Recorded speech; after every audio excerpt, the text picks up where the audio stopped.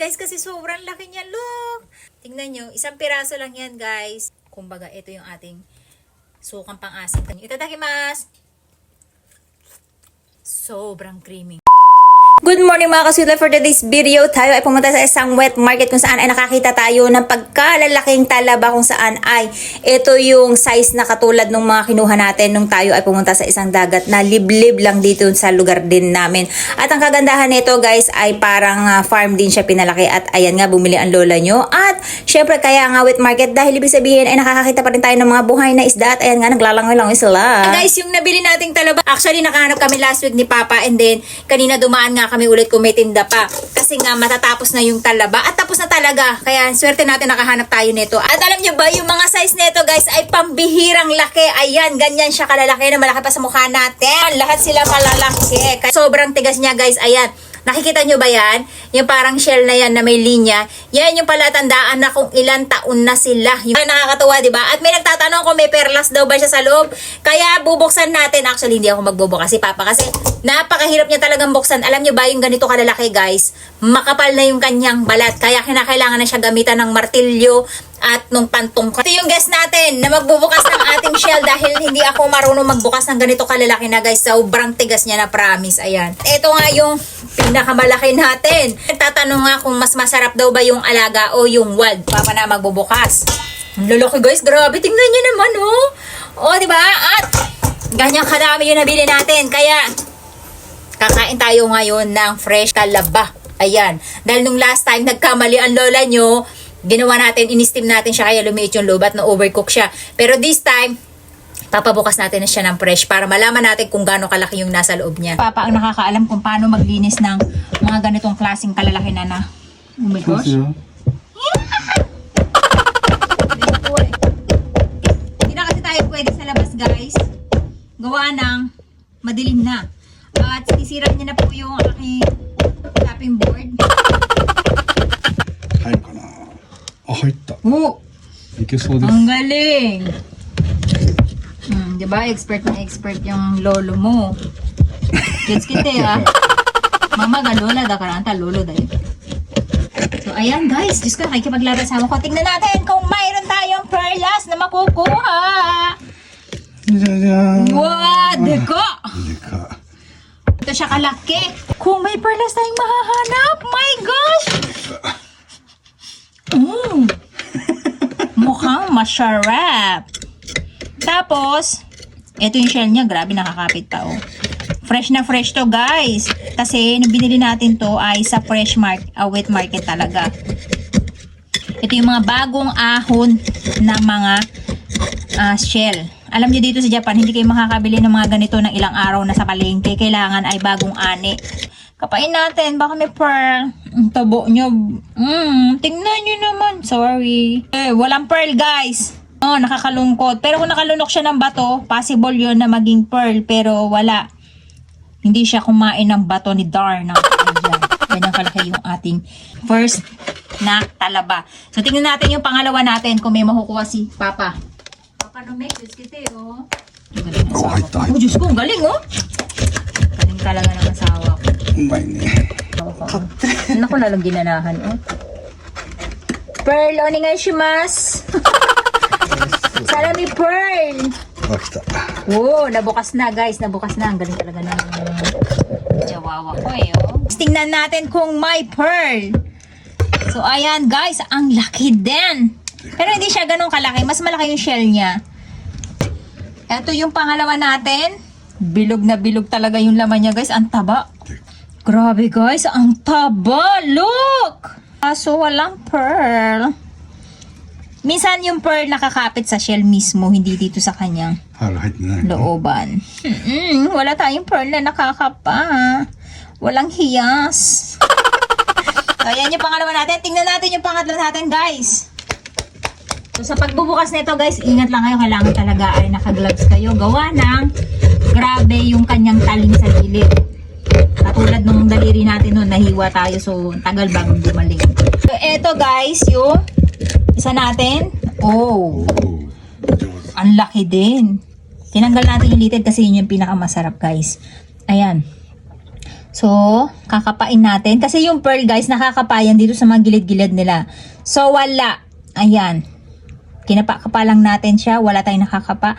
At napakataba niya dito guys. Tingnan nyo naman. Grabe oh. Look at that.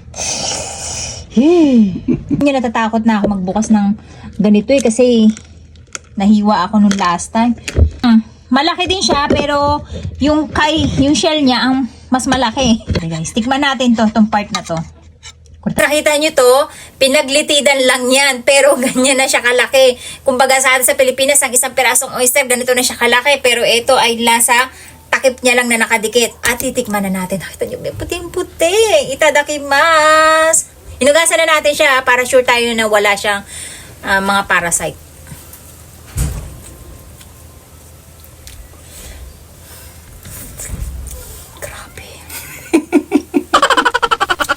Sugo. Grabe guys. Iba na yung pagiging creamy niya. Parang na siyang cheese. Hindi na siya yung katulad ng mga maliliit na medyo mild lang. Ito talaga parang ginamitan ng Ajinomoto. Ganun na siya ka lasa. Sobrang creamy. Ito yung kanya pinakalitid. Masarap din siya. Para siya may Ajinomoto talaga. At 10 times yung strong taste niya na pagka ganito na kalalaki. Pero, mas ba't kayo maliliit talaga? Ang laki. Tingnan nyo naman yung laman niya. Oh. Oh, ha? Oh, ganyan siya. Grabe. Isa lang, mabubusog ka na. Ikodake. Isa lang, guys. Mabubusog ka na nito. Ganyan kalaki yung talaba natin na ibig sabihin, yung last time na binuksan natin, ni-steam natin na nahuli na nakuha natin, ganito din siya kalaki. Ayan. 'Di ba? Parang kasi laki na siya ng puset at isang piraso lang nito busog na tayo. Iuhuli natin 'to, titingnan natin kung may pearlas talaga. Malaki rin siya, tingnan nyo yung shell niya. Halos kasi laki niya yung kanyang laman. Oh my gosh, guys. Look. Nakikita nyo ba yan? Yung puti-puti na yan? Yan yung pinakataba ng oyster. 'Di ba? Ang taba niya. Ang liit niya pero punong-puno siya ng laban. At isunod natin tong sumunod na laki sa kanya. Ito hindi natin hihigupin yung kanyang sabaw. Ano siya, farm. Kasi meron dati kami nakakainan, farm talaga siya. Ngayon bago niya i-harvest, ilang taon talaga. Kasi mas mahal nga daw na bebenta yung malalaki. Katulad nito, ang bili natin to ay 1,200, 4 na piraso lang siya, di ba? Pero kung maliliit lang to, guys, ay maraming laman, di ba, pag 1 kilo. So, para mas mahal mabenta, hinahayaan na nila lumaki ng ganyan. Alam nyo ba sa maliliit, hindi ako nakakita ng parang ganitong shape. Ito, yung malalaki niya, lahat sila pare-pareho may ganito, oh. Hindi ko alam kung ano yan. At, tingnan natin yung likod niya. Wala talaga ako nakakapa na perlas, guys. Wala. Walang perlas. Ayan. Ang jaba. Ito, hindi ba ito perlas? Ang jaba, guys. Look! Naglalaway ng lola niya pero hindi natin siya pwedeng kainin ng as is. Mahirap na. At medyo nakakapit pa yung nasa ibabaw niya. Hindi pa na. Ay, hindi siya ganun kalakihan o nawasak lang ni Papa. Ayan, malaki-laki din naman pala siya. Nawasak lang ni Papa. Ayan. Kung hindi siya nawasak, ganyan siya kalaki. Ang sarap ng laman niya. Grabe, 1 piraso. Busog na busog. Guys, tingnan nyo naman yung taba niyan. Ang 1 piraso yata nito siguro nasa 200 grams na eh.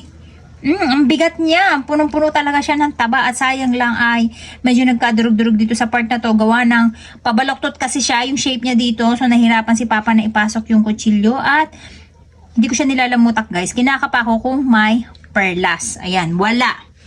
So wala tayong nakuhang perlas. At last but not the least, ito yung isa sa pinakamalaki natin. Actually, oo, ito yung pinakamalaki natin.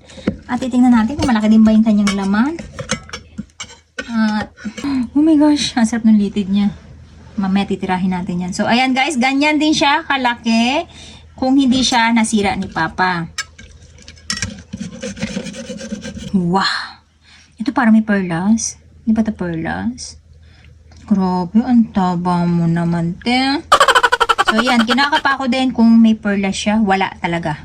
Kahit yung dito, guys, minsan may tumutubo dito na parang perlas nakadikit dito sa kanilang shell. Wala talaga. Ayan, oh. At parang ang ganda niyang linisin niya, tas lagayan ng sabon kasi ang laki ng kanyang pinaka-shell. Ayan. Parang pwede siyang gawing art, diba? Guys, yung ating mga oyster, pero hindi pa dito nagtatapos kasi hindi natin siya pwedeng kainin ng as is. Kailangan ay hugasan muna natin siya sa asin para mawala yung mga parasite na nakadikit dun sa kanyang yung lambi niya. Lambi talaga. Ito yung pinakaganito niya kasi yan yung pinanghuhuli niya guys ng mga bakterya o ng plankton ng mga parasite. At ayan nga nakapagpabala tayo ng 2 tray na kung saan ay 8 piraso lang talaga siya guys. 4 na piraso, 1,200 yen o diba? Pero kung maliliit yan guys, ang 1,000 niya ay pumapatak lang siya siguro ng mga 10 piraso, ganun. So maghihintay lang sila ng ilang taon at mas mahal nilang mabibenta yun. Ayan, dito natin siya huhugasan mismo sa tubig na may asin. So maglalagay lang tayo ng asin. Kailangan ay maraming asin daw. Ayan. Medyo nakakalungkot kasi yung pinakakatas niya ay mawawala pero ganun talaga kasi nandun din yung mga bakterya, no? Kaya kailangan natin silang hugasan. At ang ganda ng kanyang shell, oh. So, ayan. Ang sarap nito guys, yung fry kaki o yung pinirito parang tempura. Hugasan natin siya ulit sa tubig without salt. And then saka natin siya lalagyan ulit sa asin. Alam nyo guys, dito pagka pumunta kayo sa supermarket, meron na nabibili na linis na. Hindi na ganito ka-slimy. Yun nga lang ay hindi na ganun kasarap. Kasi masyado na siyang malinis. Yung pinakalasa niya ay parang naglaho na. Ayan. So ito walang asin. Ito yung pinaka part na ginagamit niya panghuli ng plankton. Ito kaya ito yung talaga dapat na nalilinis natin guys.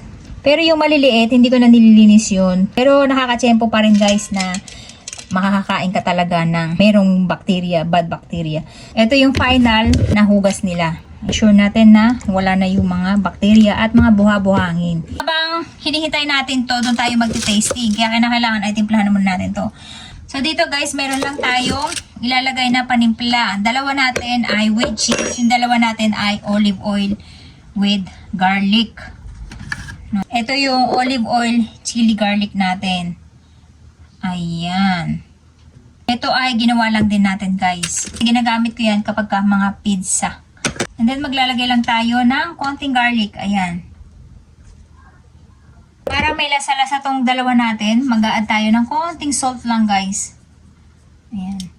And then ito yung ating Japanese pepper. Kung saan yung dahon niya ay napakabango ng aroma. Ayan, maglalagay din tayo niyan. Lately, paborito ko talaga to guys. Kaya, lahat ng luto halos ay nilalagyan ko nito. At mayroon din tayong tanim dito next time ay i-flex ko sa inyo. So, both nakakain sa kanya dahon, yung kanyang pinakabunga. Yun. Ito yung nakikita nyo nakatappings na parang powder dun sa unagi. Kung kayo ay nakatikim na ng unagi. Ang ganda niyan tingnan, di ba? Ang shala. Maglalagay naman tayo ng ating cheese. Ayan. And then, ito naman yung parsley, guys, na dinray ko. Kasi si Papa naman ay mahilig sa parsley. Ayan. Ito yung mga talaba natin, guys, na i-bake natin para maiba naman yung ating kakainin at hindi puro sariwa. Dahil medyo malalaki siya, guys, nakakaumay kasi, ayan, para lahat tayo ay makakain pati din yung mga bata. And then, saka tayo magti-taste test. Ayan, meron tayong 3 natira. So, okay lang ba guys? Ito lang ang titikman ko. Kay Papa yung malaki. Kasi para hindi ako maumay. Dahil sobrang laki niya talaga. Ayan. Tingnan nyo. 1 piraso lang yan guys. Diba? Para hindi tayo maumay dahil meron pa tayong binibake. At yun ang gusto kong kainin. Dahil pag malalaki talaga guys, takot talaga ako. Kahit sa mga isdang malalaki, mas gusto ko yung maliliit talaga. Kahit sino sa Pilipinas, diba? Mas gusto natin yung maliliit. Kasi bukod sa yun na nakasanayan natin ay para sa akin, mas masarap talaga yung mga, kumbaga, maliliit pa. At ito naman yung ating suka na ginagawa natin palagi. At ayan, 1 taon na siya, guys. Ang ginagawa ko, pag nauubusan lang siya ng suka at sibuyas, ayan, naglalagay lang ako ng panibagong suka. Lalagyan natin ng patis at wala. Siyempre, pati yung ating sibuyas. Ayan. Kumbaga, ito yung ating sukang pang-asim. Kasi ayaw ipagamit kasi ni pinakurat yung salitang pinakurat. Kaya, sukang maasim na lang. Kasi nakapatent daw yun, guys. Shout out sa kanya. Masarap naman talaga yung suka niya. Kaya nakasanayan na ng mga Pilipino na tawaging pinakurat. At ang bango na suka natin, guys. Perfect. Tadakimasu, guys. Maring Pat, shout out sa'yo. Alam ko paborito mo to. Sarap ng bawang natin. Grabe, guys. 1 taon na tong suka natin. Hanggang ngayon, maanghang pa din. I-shake nyo lang. Grabe, 4 na klaseng sili yung nilagay natin dyan. Itadakimasu. Yan, unahin natin sa ilalim, guys. Medyo kinakabahin lola nyo. Itadakimasu. Sobrang creamy. Alam niyo yung lasa niya, malapot na sa loob. Dahil sa sobrang kakrimihan niya. At masarap naman. Kaya lang siguro talaga, hindi ako sanay talaga ng hindi maliliit. Ang lasa niya, guys, grabe. Alam niyo, pag kinain niyo siya, parang kumakalat. Tapos meron kayong parang pinong-pinong naiiwang lasa. Ano yung parang metal na yung lasa niya. So, sobrang creamy. Grabe. Ang sarap niya sa suka. Pero mas gusto ko siguro yung bake.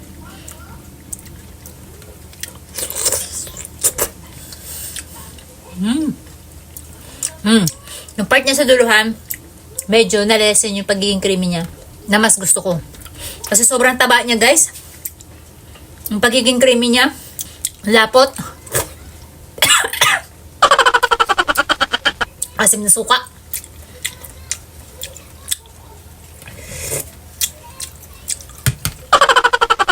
Asim na suka.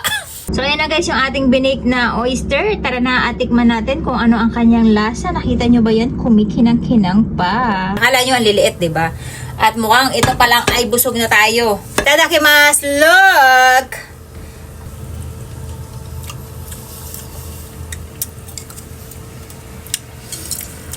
Masarap, guys, pag binake. Kasi, guys, pag fresh, yung pagiging creamy niya, guys, parang 50 times kumpara dun sa maliliit. Kaya parang hindi ko siya mabetan ng fresh. Unlike itong binake natin siya ng half cook, mas masarap siya. Kasi mas na-lessen yung pagiging creamy niya. Masarap, guys.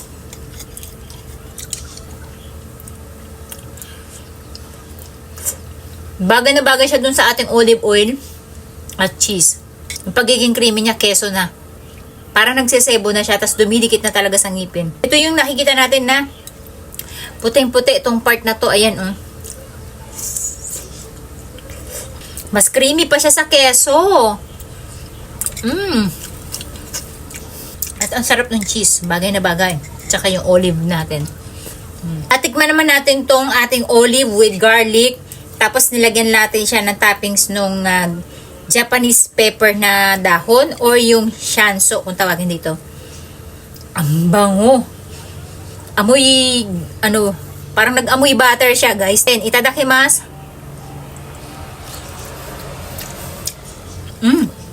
Pati yung dahon, ang sarap. Bagay na bagay yung dahon niya dito. Ang sarap talaga ng dahon na to, guys. Makakapag-uwi lang ako nito para matikman nyo din. Sana makapagtanim tayo nito sa Pilipinas. Ayan. Ang sarap niya isabay. Ang tawag sa kanya ay shanso o Japanese green pepper. Ang sarap ng aroma niya. Hindi lang yung oyster yung nalalasahan natin, pati yung aroma ng shanso. Yung pinakalitid niya. Ang sarap. Mas gusto ko to kaysa dun sa cheese. Ang sarap ng shanso. Last. Tikman natin sa baw. Mas bet ko, guys, yung garlic lang, olive oil, and with shanso o Japanese green pepper.